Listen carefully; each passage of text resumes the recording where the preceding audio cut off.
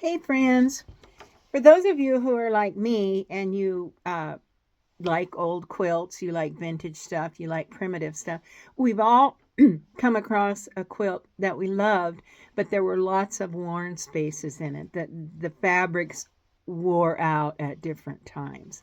So we've passed up on something that we may have liked or loved, but it just was in too bad a condition. But it wasn't in bad enough condition to cut it up. You know what I'm saying?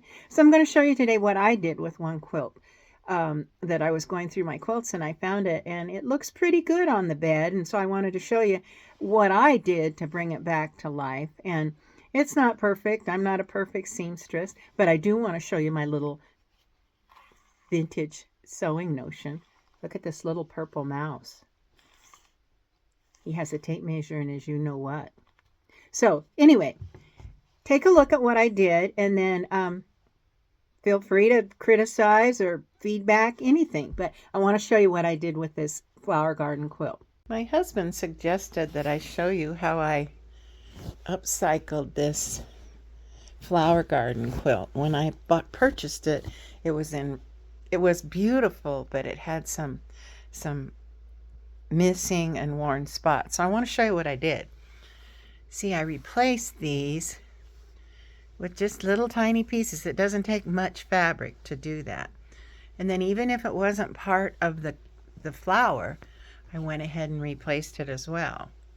And so now you can see I even did something a little different right here. But if you look at it from a distance, you don't notice it. You still see a pretty quilt top. There's another one where I kind of did something different. And I had to replace the entire center of the flower, but I think it turned out all right. And if you look at the bed, there's Mr. Woodrow. You can see that it's a pretty quilt on there. So don't give up those ones that have worn fabrics. They can be saved. So that's a simple way that I'm going to get a few more years out of the quilt. I wouldn't wash it in the washing machine, but I'll hand wash it. But it looks pretty, and I hopefully brought it back to life. So anyway, I hope you enjoyed, and Mr. Mouse and I want to tell you to always be well.